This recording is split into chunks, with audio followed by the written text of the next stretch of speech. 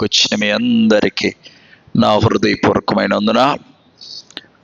ఈ రాత్రి, ఈ ఆనంద మాసం, ఈ క్రిస్మస్ నెలని ఆనంద మాసం అంటారు. మాసం అంటే నెల, ఆనంద మాసం అంటే ఆనందపు నెల. అంటే యేసు ప్రభు వారు జన్మించడం సర్వలోకానికి ఆనందం. సర్వలోకానికి. చెప్పాను కదా పోయిన వారం, కొన్ని పండుగలు కొన్ని దేశాల వారే చేస్తారు, కొన్ని పండుగలు కొన్ని దేశాల్లో తెలియదు. నువ్వు వెళ్ళి అమెరికాలోకి వెళ్ళి సంకురాత్రి అంటే ఎవడికి అర్థము కాదు, లేక దసరా అంటే కూడా అర్థము కాదు. క్రిస్మస్ అంటే సర్వ సృష్టిలోని దేశాలందరికీ క్రిస్మస్ అర్థమవుతుంది. అందుకనే యేసు ప్రభు వారు జన్మించినప్పుడు శకము ప్రారంభించబడినది. క్రీస్తు శకం.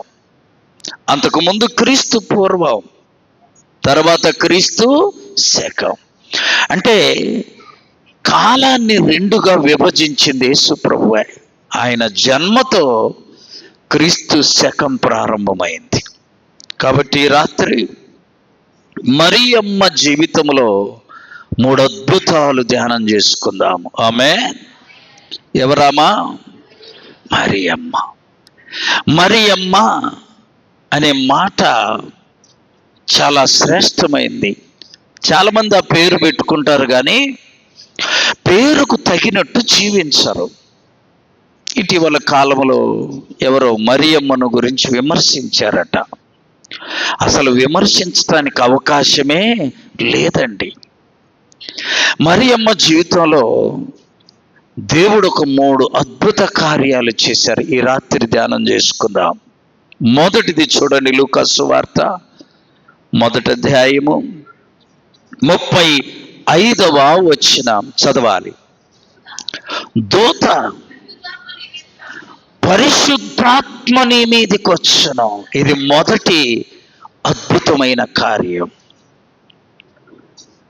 మరియమ్మతో దూత చెప్తుంది. వాళ్ళ అమ్మ కాదు, వాళ్ళ నాన్న కాదు, లేకపోతే ఇంకొక ప్రవక్త కాదు. ఎవరు చెప్తున్నారు? దేవుని దూత చెప్తుంది. ఏమని? పరిశుద్ధాత్మ నీ మీదకి వచ్చింది. ఇక్కడ ఉన్న వాళ్ళందరికీ తెలుసు, పరిశుద్ధాత్మ మన మీదికి రావాలంటే అది సులువైన పని. ఎవరన్నా సులువుగా తెప్పించుకోగలరేమో చెప్పండి? సాధ్యమో కాదు. అంటే పరిశుద్ధాత్మ మన మీదికి రావాలంటే అది చిన్న విషయమో కాదు. ఛాలెంజ్ చేసి చెప్తాను. ఎందుకంటే పరిశుద్ధాత్మ దేవుని యొద్ద నుండి దేవుడు కుమ్మరించేది. ఆమె మరియమ్మ దగ్గరికి దూత వచ్చి చెప్తుంది, పరిశుద్ధాత్మ నీ మీదకి వచ్చింది. చదువు మరలా మాట. పరిశుద్ధాత్మ నీ మీదకి వచ్చింది. ఆమె ఇదేదో నోటితో చెబితే వచ్చేది కాదండి, లేకపోతే కేసర బేసరగా కేకలేస్తే వచ్చేది కాదు. ఇప్పుడు చూడండి, అపోస్తలుల కార్యముల గ్రంథం 2వ అధ్యాయము 3, 4 వచనాలు. మరియు అగ్ని జ్వాలల వంటి నాలుకలు విభాగింపబడినట్లు వారికి కనబడి వారిలో ఒక్కొక్కని మీద వ్రాలింది. అప్పుడు అందరూ పరిశుద్ధాత్మ చేత నింపబడ్డారు. మొదటి వచనంలో చూస్తే శిష్యులందరూ ఒక గదిలో చేరి ఉపవాసం ఉండి ప్రార్థన చేస్తున్నారు. శిష్యులందరమ్మా ఒక గదిలో చేరి ఉపవాసం ఉండి ఏం చేస్తున్నారు? ప్రార్థన చేస్తే ఆకాశము నుండి పరిశుద్ధాత్మ అగ్ని జ్వాలలలాగా దిగి వచ్చి వారి మీద కుమ్మరించబడింది.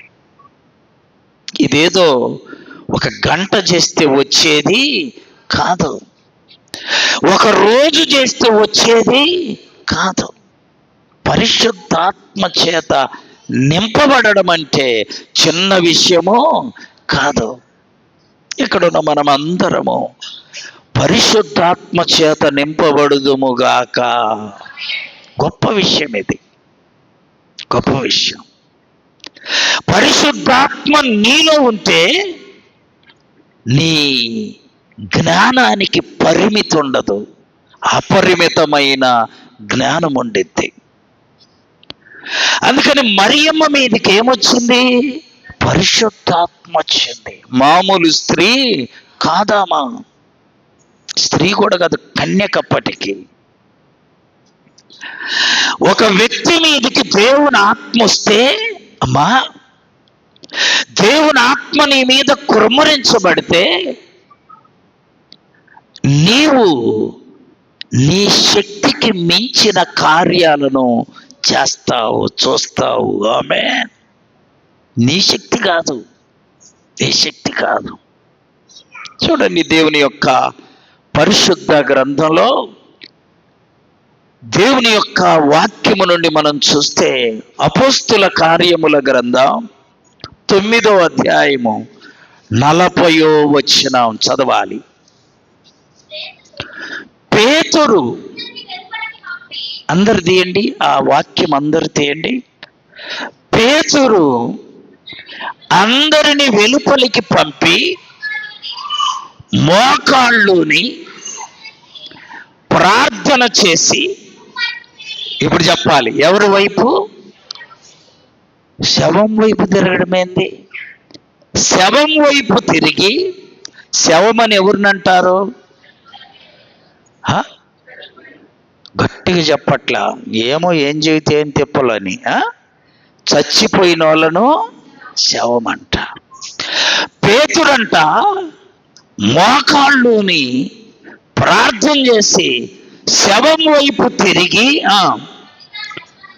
తబిత లెమ్మనగా, చచ్చిపోయిన ఆమె కన్నులు తెరిచి పేతురికి వెళ్ళి చూసింది. చప్పట్లు కొట్టి ప్రభువును మహిమపరచు.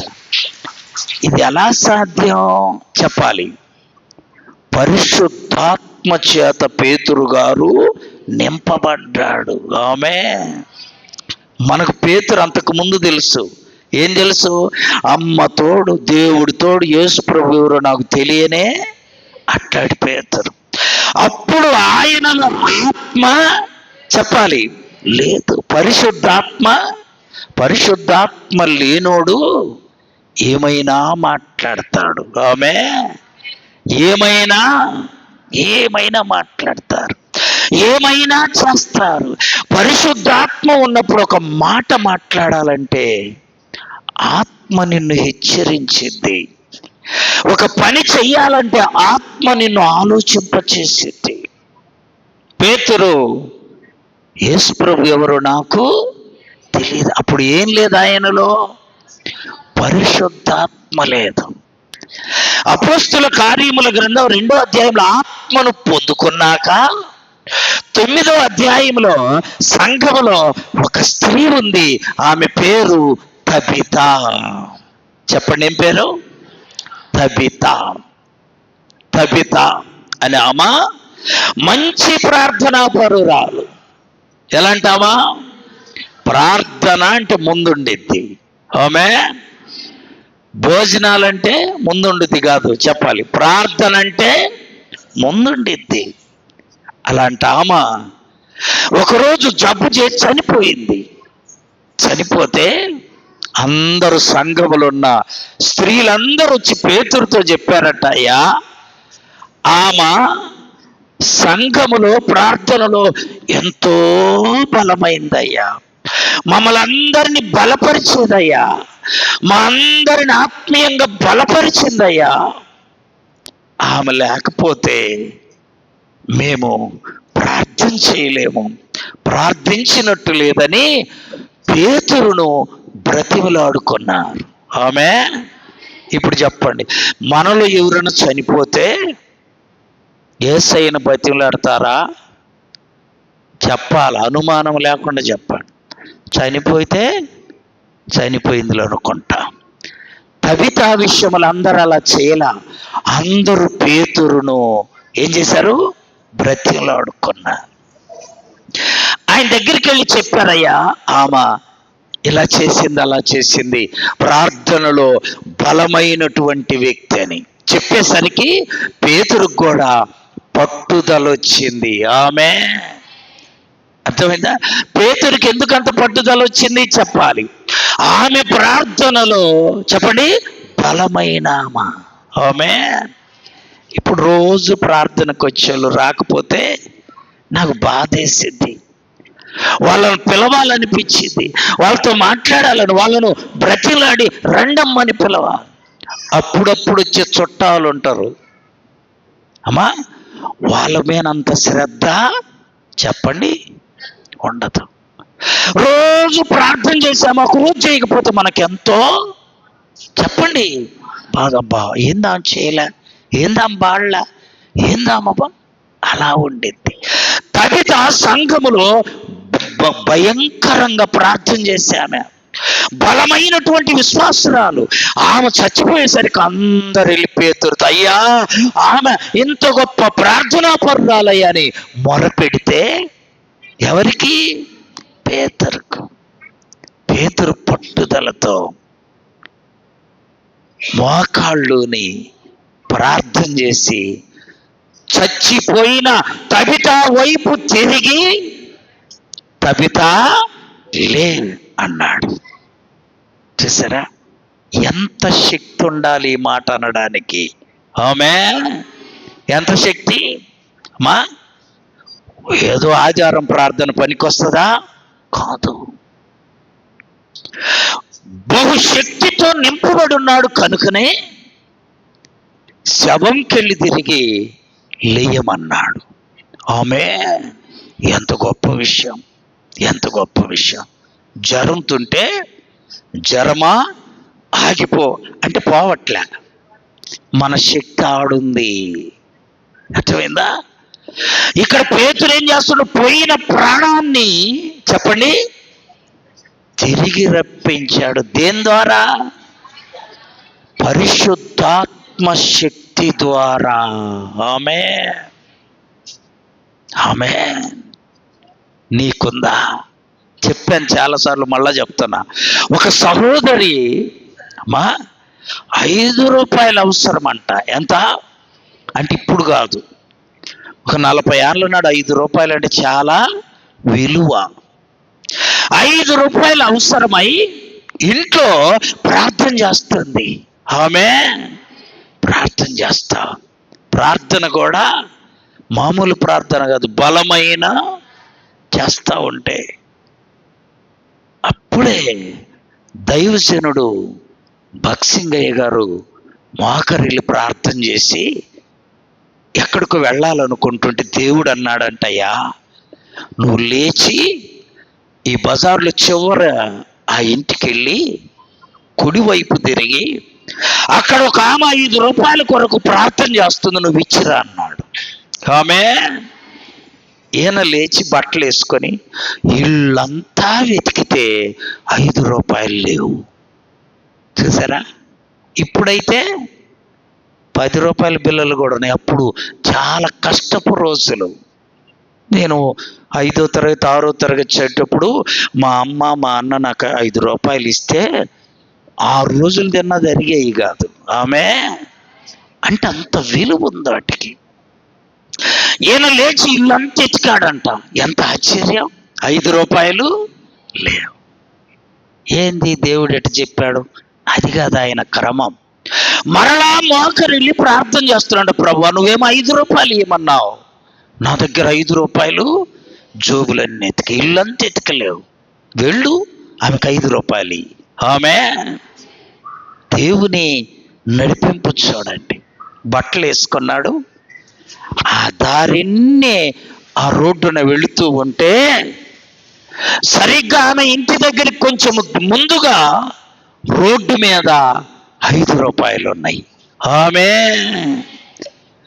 5 రూపాయలు తీసుకొని, ఈ 5 రూపాయలు ఎవరివి? ఈ 5 రూపాయలు ఎవరివని 3 సార్లు అడిగాడంట. మా 5 రూపాయలు ఎవరివని ముమ్మారు అడిగితే ఎవ్వరు మాట్లాడలే. మాయని అనలా.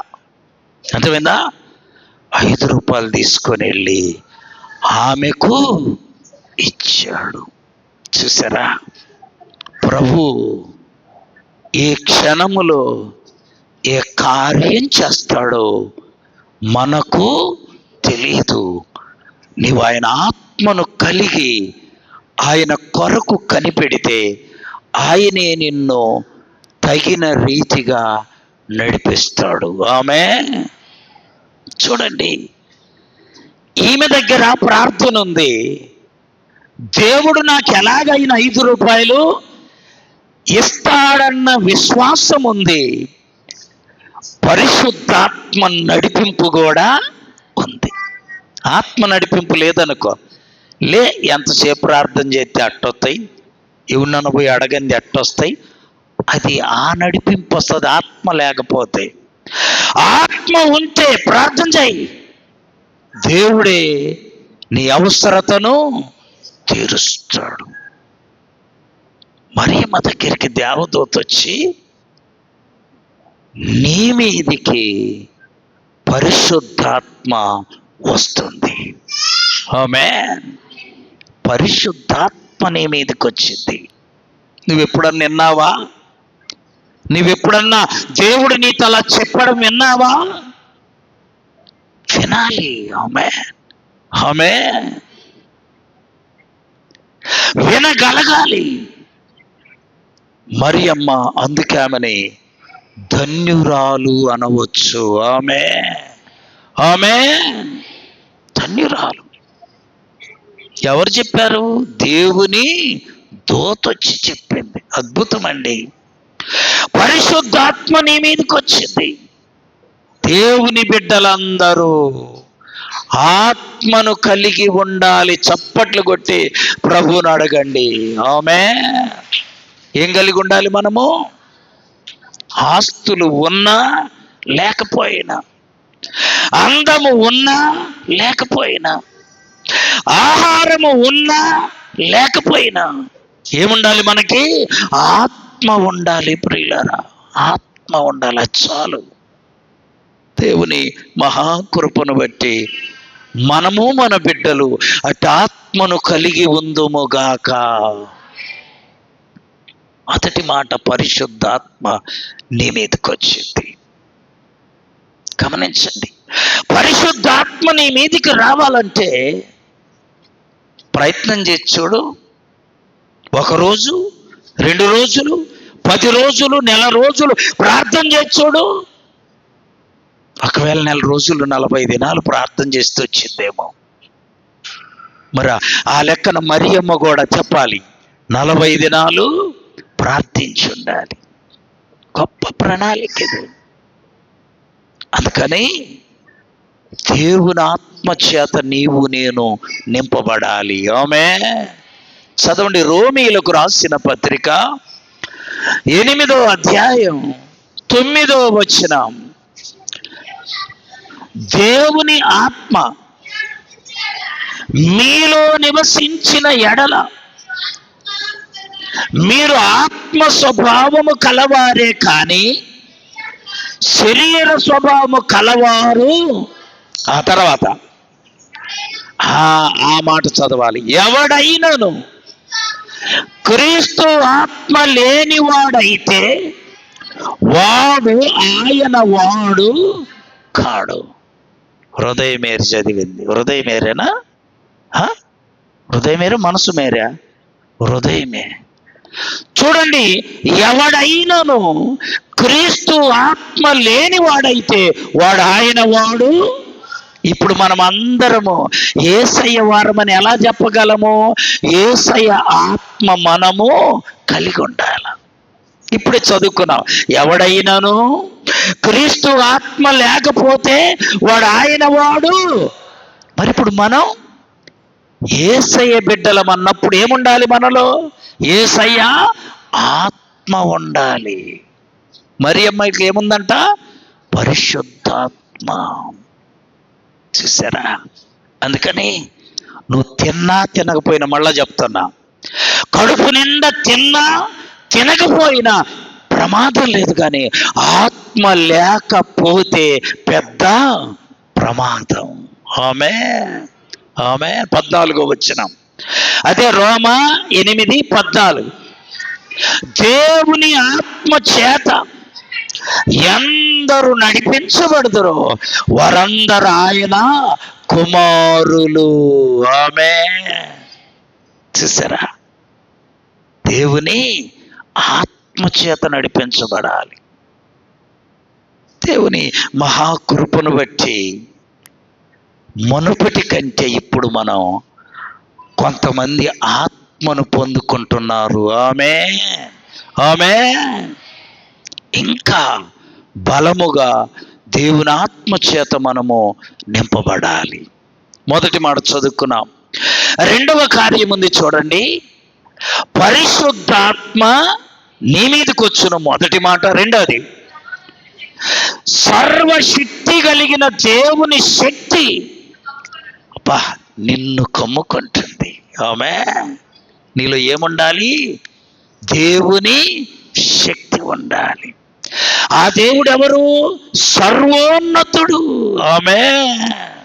మన దేవుడు, చెప్పండి మన నోటి నిండా, సర్వోన్నతుడు కదా. ఆ సర్వోన్నతుని శక్తి నిన్ను కమ్ముకోవాలి. మరియమ్మ కంట పరిశుద్ధాత్మ నీ మీదకి వచ్చింది. సర్వోన్నతుడైన దేవుని శక్తి నిన్ను కమ్ముకుంటుంది. నీలో నాలో దేవుని శక్తి ఉండాలి.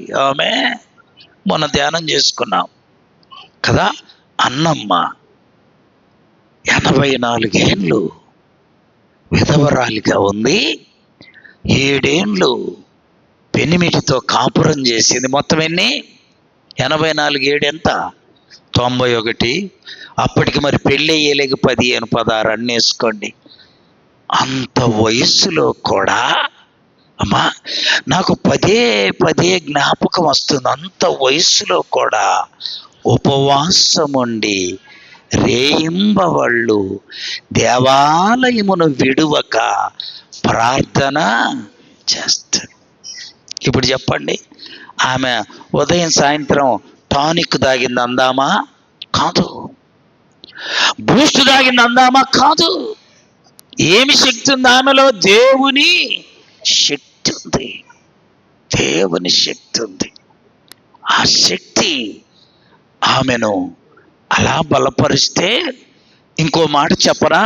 దేవుడు తెలియజేసిన మాట, యేసయ్యను చూడటానికి అందరూ బెత్లెహేముకు పోతుంటే యేసయ్య ఆమె దగ్గరికి వచ్చాడు. చప్పట్లు కొట్టి ప్రభువును మహింపరచు. అంతే కదా. గొర్రెల కాపరులు యేసయ్యను చూడటానికి ఎక్కడికి వెళ్ళారు? బెత్లెహేముకు. జ్ఞానులు యేసయ్యను చూడటానికి చెప్పండి బెత్లెహేముకు వెళ్ళారు. ఈమె అక్కడికి వెళ్ళలా. వినండి, ఆమె దగ్గరికి 8వ దినాన యేసయ్య వచ్చాడు. నువ్వు ఒక ఆయన దగ్గరికి వెళ్ళడం గొప్ప, ఆయనే నీ దగ్గరికి రావడం గొప్ప. ఇప్పుడు యేసు ప్రభు ఎవరి దగ్గరికి వచ్చారు? అన్నమ్మ దగ్గరికి. చూసింది, ఆయన్ను చూసి ప్రవచిస్తుంది. ఎంత గొప్ప ధన్యత! ఆమెలో శరీర సంబంధమైన శక్తి కాదు, చెప్పాలి, సర్వోన్నతుని శక్తి ఉంది. సర్వోన్నతుని శక్తి. ఎంత గొప్ప విషయం! చదవండి అపోస్తుల కార్యాల గ్రంథం 3వ అధ్యాయం 7, 8 వచనాలు. అపోస్తుల కార్యములు 3, 7, 8. వాని కుడి చేయి పట్టుకొని లేవనెత్తెను. వెంటనే వాని పాదములను చీల మండలను బలము పొందాను. వాడు దిగ్గున లేచి నిలిచి నడిచెను, నడుచుచు గంతులు వేయుచు దేవుణ్ణి స్తుతించుచు. ఎప్పుడేనండి నీలో శక్తి ఉంటే అమ్మా వినండి, నువ్వు ఇంకొకరిని నడిపించగలవు. ఆమె నువ్వే పడిపోతుంటే చెప్పాలి, ఇంకొకరిని నడిపిస్తావా? నువ్వే పడిపోతున్నావు, నిన్నెవరನ್ನು నడిపియాలి, నువ్వు ఇంకొకరిని నడిపించు. అందరికీ తెలిసి ఈ సంగతి. నువ్వు బలంగా ఉన్నావు, నువ్వు నడవగలవు, ఇంకొకరిని నడిపించగలవు. నీవే బలహీనుడివి, బలహీనురాలివి అయితే ఇంకొకరిని నడిపించలేవు కదా.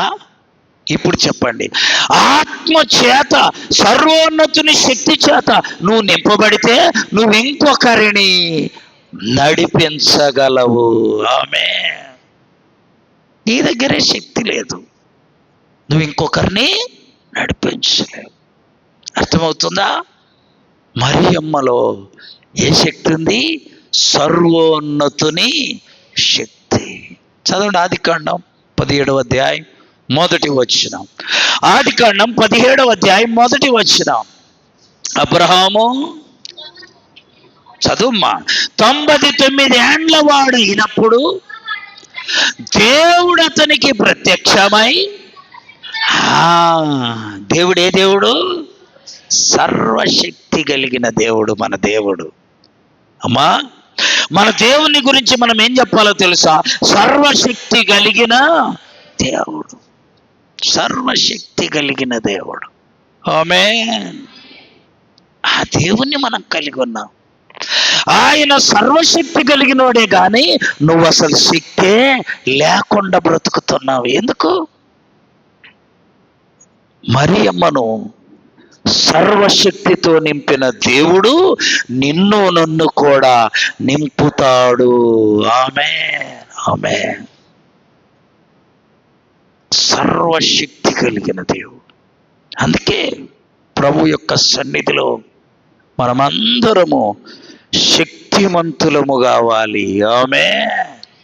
చూడండి ఎఫెసీ 6:10. ఎఫెసీ 6:10. తుదకంటే చివరకు, తుదకంటే అమ్మ ఎప్పుడు? చివరికి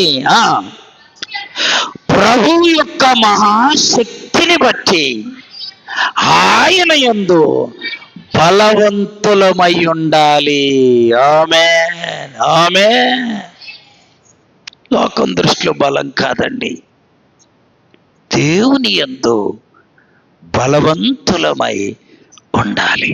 ఒకే హాస్పిటల్లో వినండి, ఒకే హాస్పిటల్లో పక్క పక్కన 20 ఏండ్లోడు చేరాడు, అనారోగ్యం వచ్చి 80 ఏండ్ల ఆయన చేరాడు. ఎంత తేడా ఇద్దరికి? అమ్మా ఇద్దరికి ఎంత తేడా? 60 ఏళ్ళు తేడా. వీడు అనుకుంటున్నాడంట, ఇంత ముసలాయన వచ్చాడే, ఈయన బాగా ఇంటికి పోతాడా అని ఆయనకెళ్ళి చూసి ఆయన గురించి ఆలోచిస్తున్నాడు. ఆయన బెడ్ మీద పడుకొని హాస్పిటల్లో ఈ వాక్యం జ్ఞాపకం చేసుకుంటుండంటే ఏమని? తుదకు ప్రభు యొక్క మహాశక్తిని బట్టి ఆయన యందు చెప్పాలి బలవంతులై ఉండుడి. 20 ఏండ్లోడు అట్ట అనుకుంటుంటే ఆయనకెళ్ళి చూసి ఈయన ఆడ కోలుకుంటాడు, ఈయనేం బాగవుతాడు, ఇంటికి ఏం పోతాడు. అద్భుతం ఏంటో తెలుసా? ఆయన 3వ దినాన్ని కోలుకొని ఇంటికి వెళ్ళాడు. ఆమేన్. దేనివల్ల? సర్వోన్నతుని శక్తి వల్ల. ఇంటికి వచ్చిన మరుసటి రోజు ఆయన కొంచెం ఎంక్వైరీ చేస్తే పక్కనున్న 20 ఏండ్లోడు చనిపోయాడు. 20 ఏండ్లోడు చనిపోయాడు. అప్పుడు ఈయన ప్రభువును స్తుతిస్తున్నాడంట, అయ్యా నీవు బ్రతికిస్తే వయస్సుతో సంబంధము చెప్పాలి లేదు, నీవు బ్రతికిస్తే డాక్టర్లతో సంబంధము లేదు. నీవు నడిపిస్తే మందులతో సంబంధము లేదు. ఇది జరిగింది, వాస్తవం. అది 20 ఏళ్ళోడు పక్కనే చేరాడు, 80 ఏళ్ళోడు పక్కన చేరాడు. చూసారా? వయస్సు కాదు నీకు, సర్వోన్నతుని చెప్పాలి శక్తి కావాలి. సర్వోన్నతుని శక్తి నువ్వు పొందుకుంటే నీ జీవితంలో కూడా దేవుడు అద్భుత కార్యాన్ని చెప్పాలి చేస్తాడు. అద్భుత కార్యాన్ని. 3వ కార్యం ఏంటో తెలుసా? మరియమ్మ జీవితంలోని 3వ అద్భుత కార్యం 37వ వచనం. అదమ్మా చదువు. అదే, దేవుడు చెప్పిన ఏ మాట అయినను నిరర్ధకము కానేరదు. ఆమె ఇప్పుడు ఈ మాట అందరూ చెప్పండి. దేవుడు చెప్పిన, చెప్పాలి అందరూ నాతో చెప్పండి, దేవుడు చెప్పిన ఏ మాట అయినను నిరర్ధకము కానేరదు. కాబట్టి దేవుడు చెప్తే చాలు, దేవుడు చెప్తే చాలు, అది నిరర్ధకము కానేరదు. మరియమ్మ జీవితంలో దేవుడు ఏం చెప్పాడో అది జరిగి తీరింది. ఆమె నమ్మింది. మరియమ్మ నమ్మింది. ఆ కాల పరిస్థితులు బహు కఠినంగా ఉన్నాయి.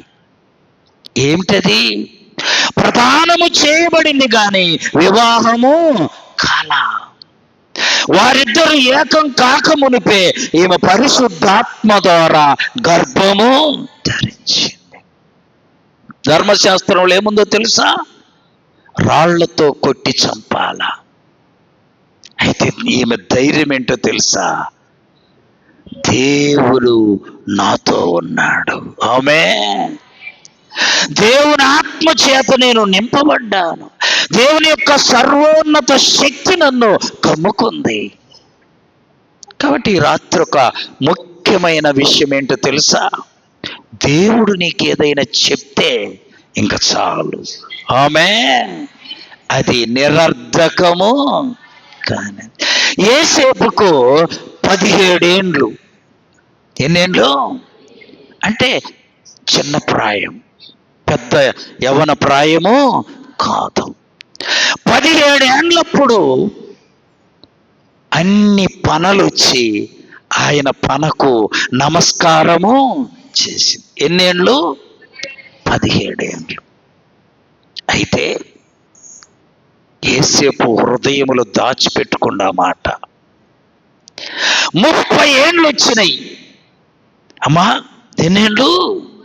ఈలోపు చాలా కార్యాలు జరిగినాయి. ఏమేమిటి?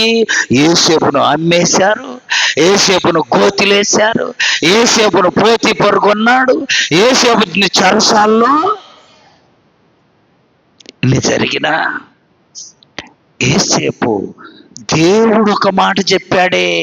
ఏమని? అన్ని పనులు వచ్చి ఆయన పనకు అది నమ్మాడు. 30 ఏండ్ల ప్రాయంలో దేవుడు చెప్పిన మాట నెరవేరింది. దేవుడు చెప్పిన మాట ఎన్నేళ్ళు పట్టింది? 13 ఏండ్లు పట్టింది. అమ్మ 17, 30 అంటే ఎన్ని? 13 ఏండ్లు పట్టింది. 13వ ఏట 13 ఏండ్లు శోధనలు ఎదుర్కొన్నాడు. 13 ఏండ్లు శ్రమలు పడ్డాడు. తెలుసండి, అంత గొప్ప శ్రమలు ఎదుర్కొన్న యేసేపుకు ఒక నమ్మకం ఉంది. ఏందో తెలుసా? దేవుడు చెప్పిన ఏ మాట అయినను చెప్పాలి నిరర్ధకము కానేరదు. నమ్మాడు, విశ్వసించాడు, అది తప్పక జరిగింది. చాలా సంవత్సరాల క్రితం నిజామాబాదులో ఒక పెళ్లి జరిగితే అక్కడ నాకు స్నేహితుడిని పిలిస్తే వెళ్ళా. స్టేజి మీద అందరం కూర్చున్నాం. వివాహం అయిపోయింది. వివాహం అయిపోయిన తర్వాత పెళ్లి కుమార్తె, అయ్యా నాకు మైక్ ఇవ్వండి, నేను సాక్ష్యం చెప్పాలన్నది. ఆమె పెళ్లి అయిపోయింది, అప్పుడే కార్యక్రమం ముగిసింది. ఏమేం చదువుద్దంట, సాక్ష్యం. మేమందరం ఏందా కొత్తగా అడిగింది అని అనుకొని ఆ పాస్టర్ గారు మైక్ అందిస్తే ఆ సహోదరి చెప్తుంది, అప్పటికి ఆమె వయస్సు పెళ్ళిడు దాటిపోయింది, 36, 37 సంవత్సరాలు. పెళ్లి కొడుకు 40 ఏళ్ళు. అన్ని సంవత్సరాల క్రితం కదా, చూసేదానికి చాలా విచిత్రంగా ఉంది.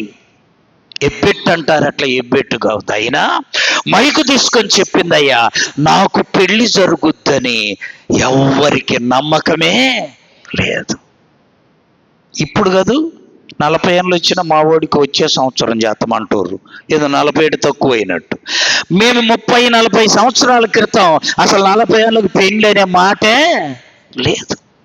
17, 18, 20 కాడ నుంచి మొదలయ్యాయి కదండి.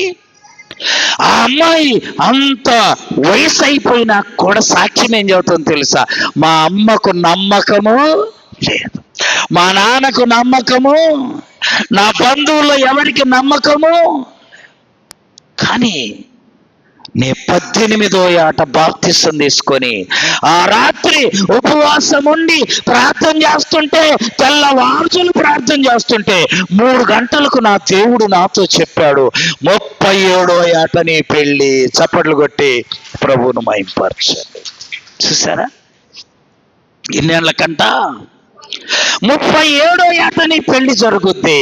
నా కుమార్తె ఒక్క పైసా కట్నం తీసుకోకుండా నీకెదురు డబ్బులు ఇచ్చి మంచి మంచి విశ్వాసం ఇచ్చి నిన్ను పెళ్లి చేసుకుంటాడు, ఇది నీకు సూచన అని దేవుడే ఆమెతోటి చెప్పాడంట. చూసారా, ఎంత ఆశ్చర్యపోయామందరం. అప్పుడు అడిగానయ్యా, ఈ అబ్బాయి ఇదేంది, ఏ ఊరు?